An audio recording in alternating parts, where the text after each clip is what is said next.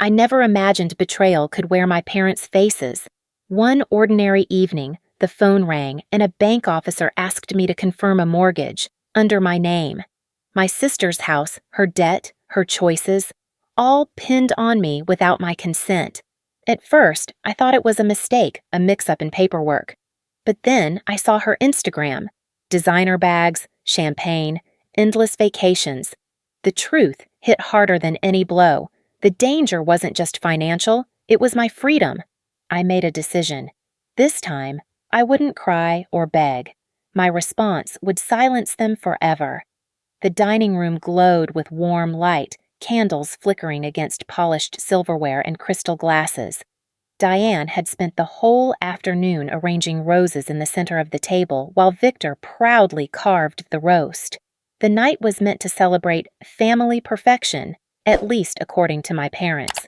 Every phone camera pointed at Tessa, my younger sister, dressed in a silk dress that shimmered under the lights.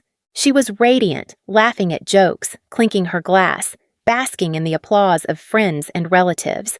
My role was more practical. I was asked to refill drinks, carry empty plates, and later, scrub the casserole dish that no one else wanted to touch. "Doesn't Tessa have exquisite taste?" Diane cooed, her voice loud enough to fill the room. "That house of hers? Such sophistication for someone so young." Victor chuckled, raising his glass. "Well, Mara has always been the responsible one. She takes care of the boring paperwork. Not everyone can do that." Laughter followed. I smiled faintly, though the words stabbed. Paperwork, responsible, boring. It was always the same narrative. Tessa, the star, the beauty, the chosen. Me, the steady hand, the invisible fixer. My eyes wandered to the family portrait hanging above the fireplace. The frame was tilted slightly, off balance. I excused myself quietly, walked over, and straightened it. No one noticed. They never did. But I couldn't stand things being crooked, whether it was a frame on the wall or a mortgage payment forgotten. Always the one adjusting, always the one patching cracks others created. Later, driving home alone, I turned up an old playlist. Familiar songs filled the car, wrapping me in memories of college road trips, when life felt lighter, when choices were mine alone.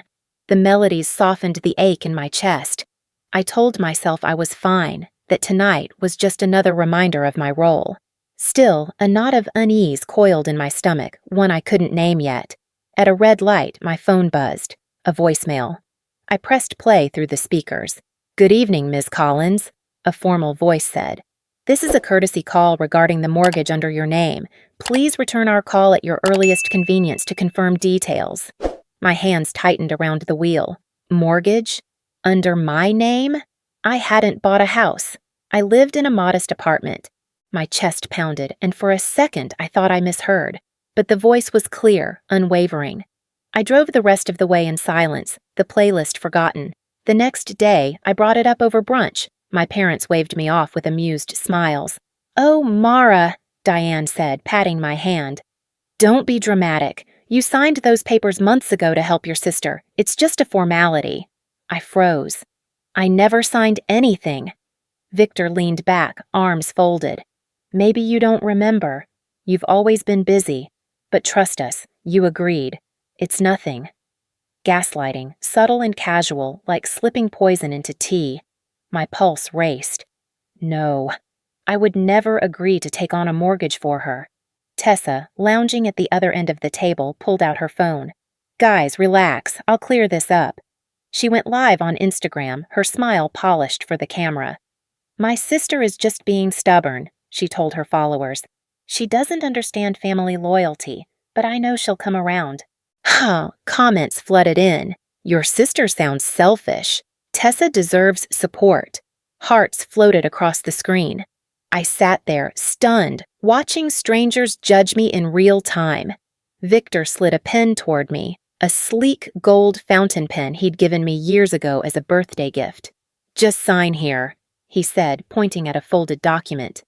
"We'll straighten this out quickly. It's no big deal." The pen gleamed under the chandelier, but I saw it differently now. Not as a gift, but as handcuffs plated in gold. My freedom condensed into a single stroke of ink. I pushed it back. No, I won't sign anything. Silence fell.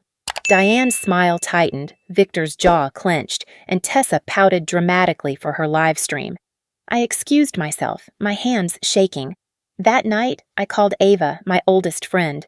I didn't explain everything. I just needed to hear her voice.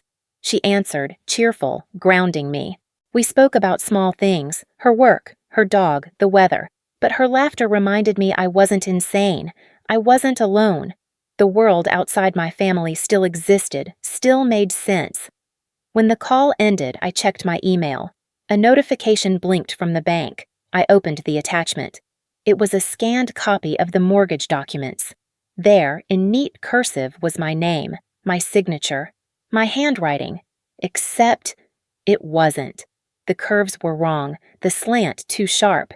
It looked like me, but it wasn't me. My breath caught. They hadn't just pressured me, they had forged me. The morning after discovering the forged signature, I dug through old files stacked in my closet, desperate to make sense of what my parents had done. My stomach dropped when I found an old insurance statement. My name appeared again, this time as the primary policyholder for a family coverage plan. The Social Security number listed was mine. I remembered nothing about authorizing it. My father had stolen my identity piece by piece, disguising fraud as duty. When I confronted him, Victor didn't flinch. We've always done what's best for the family. You'll thank me one day. Your sister needs stability, and you're the only one responsible enough to provide it. His tone wasn't angry. It was dismissive, as if my outrage were childish whining. Diane chimed in, her voice syrupy but sharp. Mara, you're the eldest. It's natural for you to sacrifice. Tessa deserves a chance to flourish. Isn't that what a good sister does? The words cut deeper than yelling ever could. They weren't asking. They were dictating the terms of my worth. Good daughter meant silent. Good sister meant bankrupt. Meanwhile, Tessa paraded her life online. Her Instagram stories showed designer handbags lined up on a marble counter, captioned, "Rewarding myself after all this mortgage stress. I deserve it." Hearts and flame emojis poured in from her followers, painting her as a victim overcoming hardship. Every post felt like another stone laid on my chest. I started documenting everything, every email, every text, every phone call with the bank. I kept a handwritten journal with times, dates, and details. Each page became both a weapon and a shield. If I couldn't count on my family to acknowledge the truth, I'd build an undeniable record myself. One afternoon, while reviewing bank correspondence at work, a new message appeared. It was from a loan officer I hadn't spoken to before. "Off the record," he wrote, "there is a secondary guarantor on the file. You may want to look into it." My blood ran cold. A secondary guarantor? Who else had signed my life away without my knowledge? I printed the email, folded it carefully, and slipped it into my journal. The question echoed in my mind all evening. Who was it? And why? A week later, I was blindsided by a family gathering. Victor and Diane had invited several relatives under the guise of a casual dinner. It quickly turned into a tribunal, with me as the accused. Mara refuses to support her sister, Diane announced to the group. It breaks my heart. Family is everything. Tessa dabbed her eyes dramatically. I'm just trying to survive, but Mara, she doesn't believe in helping me. She thinks I'm a burden. Murmurs rippled through the room. Cousins shook their heads. An aunt whispered, "How could she be so selfish?"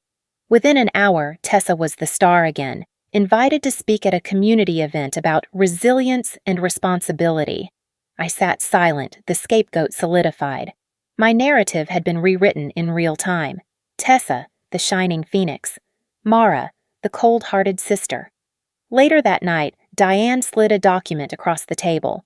"It's just a supplemental form to confirm your agreement," she said. "If you sign it, all the confusion will disappear." The trap was obvious. I didn't touch the paper. If you want my help, I need everything documented, full transparency, no more secrets. Tessa leaned forward, smirking. Transparency? Please. You're not cut out for this world, Mara. You've always hidden behind rules, but rules can bend. You'll see. Her laughter rang in my ears long after I left. I needed space to breathe. The next morning, I signed up for a meditation class at a local studio. Sitting cross-legged on the mat, eyes closed, I focused on my breath. Inhale, exhale. The teacher's calm voice urged us to release what we couldn't control. For a brief moment, I felt a fragile peace.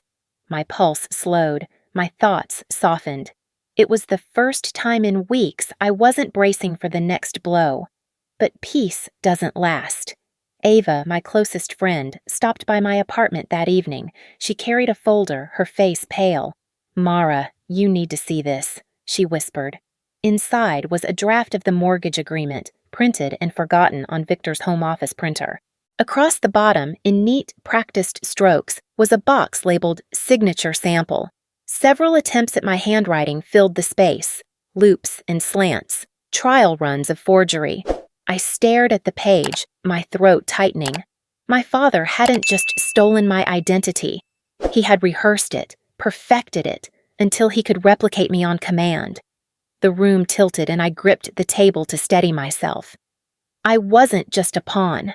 I was the scapegoat, carved into place with deliberate precision. The email from the bank was cold, factual, impossible to dispute. "Ms. Collins, records confirm you have been listed as co-borrower on the Collins-Tessa mortgage agreement since 18 months ago. The IP address for the electronic signature traces to the home address of Mr. and Mrs. Victor Collins."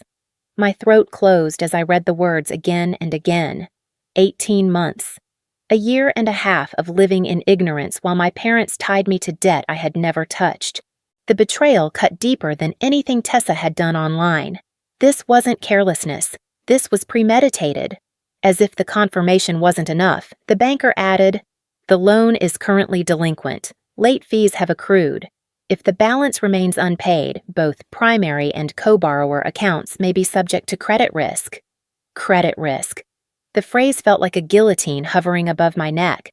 My savings, my career, my ability to ever own something of my own, all hanging by a forged signature. When I confronted my parents, they avoided my eyes. Victor busied himself with the newspaper. Diane poured tea. It was Tessa who smirked. "So, the bank finally called you." "Took them long enough." I wanted to scream, but all that came out was a whisper. "You ruined me." "No," Tessa said sweetly. "I saved myself. You were just convenient." And then came the twist I couldn't have imagined. Overhearing our argument, my uncle, Diane's brother, cleared his throat. I should be honest. I agreed to co-sign as guarantor. In exchange, Victor promised me a share of the house's equity if it sold. It was a business arrangement, nothing personal. Nothing personal. As if using my name like collateral were a business decision, not a violation of my life. That night, rain hammered against my windshield as I sat parked outside my apartment. I couldn't bring myself to go inside. Instead, I pulled out an old shoebox filled with letters my mother had written me in college. In them, she encouraged me, told me she was proud, that she believed I'd become someone important. I traced her handwriting with my fingers, tears blurring the ink. How could the same woman who once wrote "I love you more than life itself" now reduce me to a number on a balance sheet? I stayed in the car for hours, the rain drumming a rhythm of despair on the roof until exhaustion pulled me inside. Days later, another revelation arrived. This one more damning than all before. Ava handed me a USB stick she'd received anonymously from someone at the bank. On it was security footage from the front porch of my parents' home. The video showed Victor, late at night, sitting with a pad of paper practicing my signature over and over under the porch light.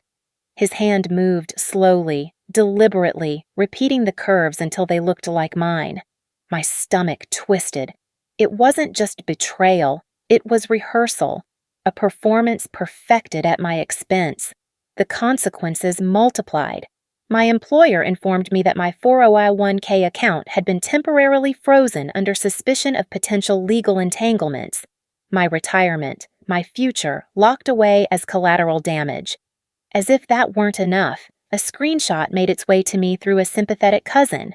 My relatives had formed a group chat without me. In it, they gossiped freely about my selfishness, mocking me for not supporting Tessa. One message from an aunt read, Mara has always thought she was better than us. Finally, she's exposed. The laughter emojis felt like daggers, and then the ugliest truth surfaced. Through a contact at the bank, I discovered Victor hadn't acted purely for Tessa's benefit. He'd struck a deal with the mortgage broker. For every referral, every family member he convinced to sign, he received a generous commission. My destruction wasn't collateral. It was profit. I couldn't eat. I couldn't sleep. I sat in a therapist's office one evening, my voice hoarse from silence. She listened quietly, then said, "Justice doesn't need to roar. It needs to be steady. The loudest revenge is a calm boundary." Her words sank deep, planting the seed of a different kind of strength. But before I could find peace, my phone buzzed again. An email, subject line, 3-pronged strategy. It was from a pro bono lawyer Ava had connected me with. "I have a plan," the message read. 3 angles, legal, financial, and social, that can clear your name and expose the truth. If you're ready, we can begin. I sat frozen, the glow of the screen lighting my face in the dark. My heart pounded with fear and hope in equal measure. For the first time, a path forward glimmered through the wreckage. I spent nights scrolling through forums and articles about narcissistic family dynamics, desperate to put words to the chaos I'd lived in. The patterns leapt off the screen. The golden child who could do no wrong, the scapegoat blamed for every fault, the parents who thrived on control. For the first time, I saw myself clearly in the role I'd been forced into. I wasn't crazy. I wasn't broken. I had been cast in a part I never auditioned for. The realization lit a fire. My fear sharpened into anger, not the reckless kind that burned everything down, but the steady kind that built resolve. If they had molded me into the scapegoat, I could step out of the role. I was no longer their silent victim. I was a survivor, and survivors fought differently. The first change I made was simple but profound. I cut off their direct access. I told my parents and Tessa that from now on, I would only accept communication through email. No phone calls, no surprise visits, no manipulative ambushes at family dinners. Just words in writing where I could keep a record. And in those emails, I planted traps. Links that tracked when and where they were opened. Subtle phrases designed to bait contradictions. If they denied sending something later, I'd have proof. I wasn't playing their game anymore. I was rewriting the rules. In the mornings, I laced up my running shoes and jogged through quiet streets. My breath fell into rhythm. Inhale, exhale, the steady drumbeat of resilience. Each stride pulled me farther from the weight of their voices, closer to the sound of my own. The sun rising over the horizon mirrored something inside me, a new warmth, a new strength. Then the first confirmation came. I logged into the tracking system late one night and saw the record. Tessa had opened one of my baited files. The system even logged her IP address, proof. She had touched what she claimed she never saw. The evidence glowed on the screen like a beacon, and for the first time in months, I smiled. With this momentum, I sat down with the pro bono lawyer. He laid out a plan with precision, each move like a chess piece sliding into place. "First, we hit the legal angle," he said. "We'll file a petition to void your signature and charge forgery. Identity theft is a crime, Mara. We'll bring that into the light." I nodded, my heart pounding. "Second, financial protection. We'll place fraud alerts on all 3 credit bureaus. That freezes any further attempts to use your identity and signals the institutions to look closer at past irregularities." I scribbled notes, each step grounding me in action. "And third," he continued, "social accountability. Not slander, not revenge, but truth. We'll build a timeline of events with documents and receipts and share it discreetly with extended family. The goal isn't to humiliate them. The goal is to reclaim your narrative."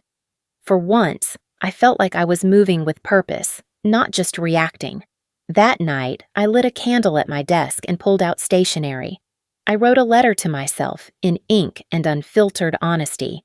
You are enough. You always were. Their lies don't define you.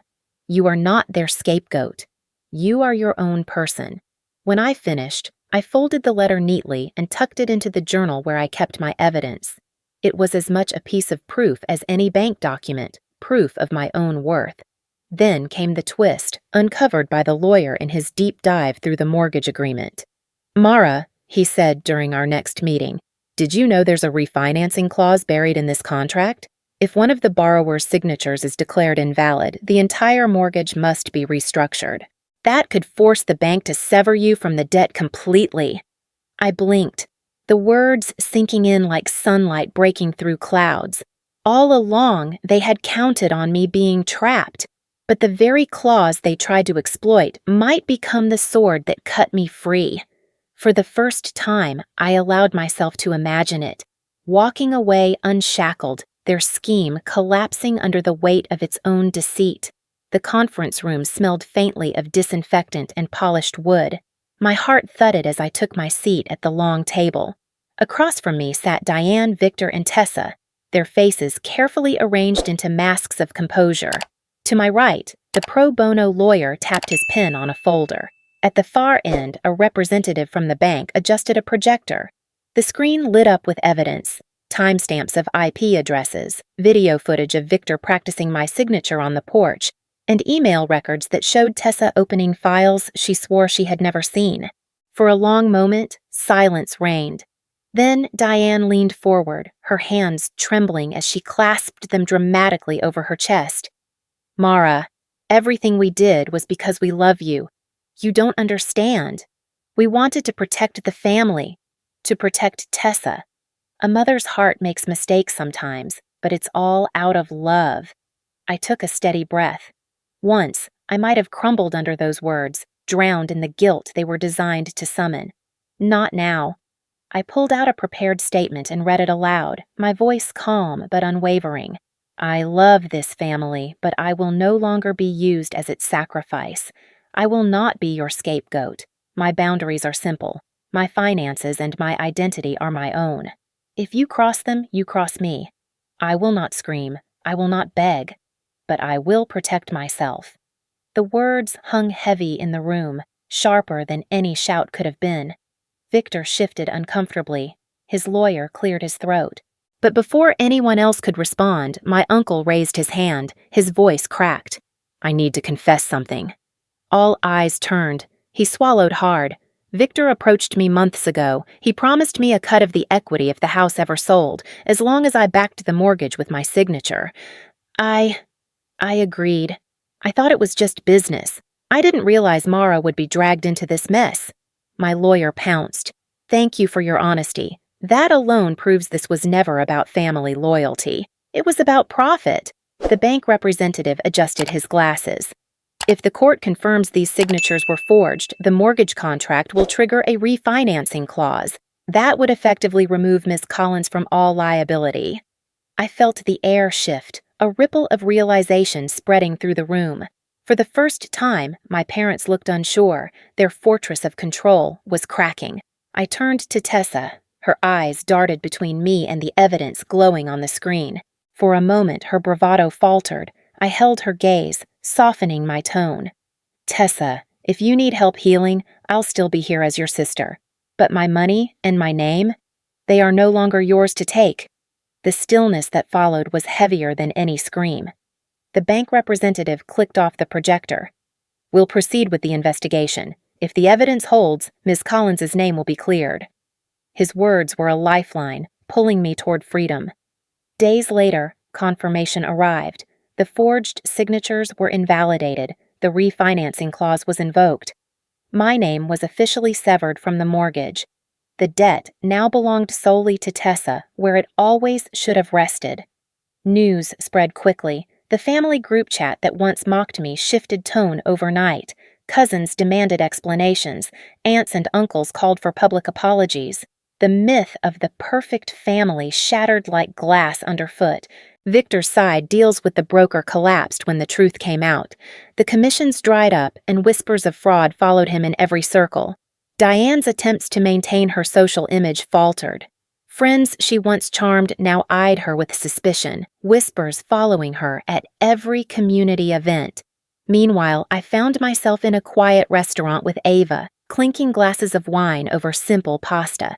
For the first time in months, I laughed without guilt. My shoulders felt lighter, my pulse slower. "This feels like breathing again," I admitted. She smiled. "That's because you finally took back your oxygen." The peace was delicate but real, a reminder that healing didn't have to roar, it could whisper. Then my phone buzzed. It was my lawyer, his voice urgent on the line. "Mara, I need you to brace yourself. We just uncovered another loan, 5 years old, filed under your name. A secondary mortgage. It looks like they've been doing this longer than you realized." The floor seemed to tilt beneath me, the pasta turning to ash in my mouth. Just when I thought I'd reached the end, another shadow rose from the past. The shock of the forged signature draft haunted me all night. My pen strokes had been copied, each loop like the trace of a thief hiding in the house where I grew up. Ava sat beside me, worry in her eyes, while I turned the page over and over as if searching for a crack that might lead to an easier truth. But no, every crooked curve was proof of a carefully planned betrayal. A day later, my lawyer called. "This is hard to hear, but you need to know. The so-called second guarantor? It's your mother's brother. He signed on the condition he'd get a share of the house if it sold." I went numb. Part of me had braced for a blow, but not like this.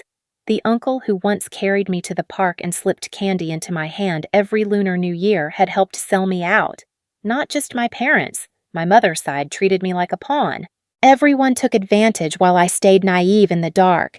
Tessa, whom I once thought would be my closest ally, had let them use me as a forged signature, and now, as the loan slid further into delinquency and the fees mounted, as debts closed in, who would be swallowed first? Me. I was the chosen prey. That evening, I sat in my car in the rain, water drumming on the windshield like 1,000 tiny drums. I pulled out my journal, hands shaking, and opened an old letter my mother sent me at college. Her handwriting trembled, the lines full of love. "I believe you can do anything you want. You are my pride." My tears fell, blurring the ink to black smudges. How could the same person write words of love and then forge her own child's signature? My heart felt crushed. This wasn't sacrifice for family. This was betrayal. That night, I didn't sleep. I kept picturing my father under the yellow porch light, practicing each stroke to become me. He had performed my part on our own front steps, like a director staging a life of lies. Then my lawyer called again. He said the evidence Ava found could change everything. "If we prove the signature was only a draft and never actually signed by you, the court will have to apply the refinancing clause. Under the contract, if one borrower's signature is voided, the bank can't keep you as a co-debtor. They'll be forced to shift all liability to Tessa and your uncle." I went still. That was the crack in the wall I hadn't believed could break. They had bound me with counterfeit cords, and now their greed would cut the chains. The next day, I went back to the bank with my lawyer. We laid out the evidence, the email, the IP logs, the rehearsal signatures Ava had retrieved. The representative leaned back, frowned, then nodded. "If this is presented in court, we'd have no choice but to release Ms. Collins from the mortgage under the refinancing clause."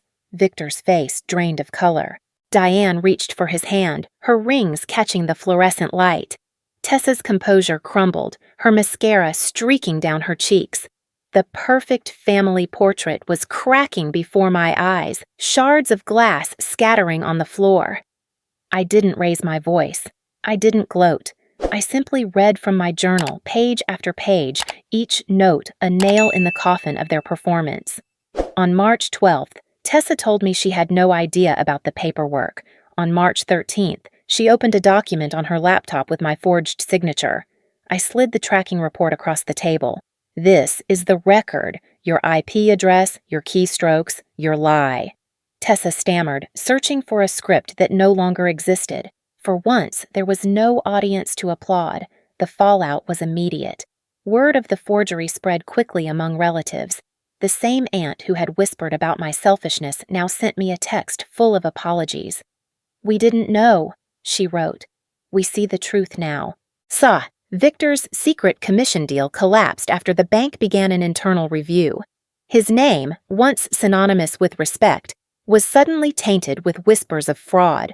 Diane, stripped of her social veneer, found doors closing that had always been open. The woman who lived for appearances now faced a community that saw through her illusions. And Tessa? She surprised me. Instead of doubling down, she called me late one night, her voice trembling. "I don't know why I did it," she admitted. "I thought if I had the house, I'd finally feel safe. But I just feel empty. I'm seeing a therapist, for money issues, for everything." I listened, my anger simmering beneath the surface. Yet when she asked, "Will you still talk to me?" I didn't slam the door shut. "If you want help healing, I'll be here," I told her quietly. "But my name, my future, my money, they're mine. They're not yours to take." The next morning, sunlight streamed through my apartment windows, painting the walls gold instead of trapping me in shadows. I drove to the nursery and picked out a young maple tree, its leaves just beginning to turn red. With dirt under my nails and the sun warming my shoulders, I planted it outside my building. Each scoop of soil felt like reclaiming a part of myself I thought I'd lost. As I patted down the earth around the roots, my phone buzzed again. A new email. It was from my lawyer. The subject line read, "Three-pronged strategy update." I wiped my hands on my jeans before opening it. His words leapt off the screen. "Mara, we discovered another loan. It's older, 5 years back, filed under your name, a second mortgage. This may be the key to dismantling everything." My heart lurched, thudding in my ears. Another forgery, another betrayal. The seed of peace I had nurtured that morning cracked under the weight of this revelation. The storm wasn't over. It was only gathering.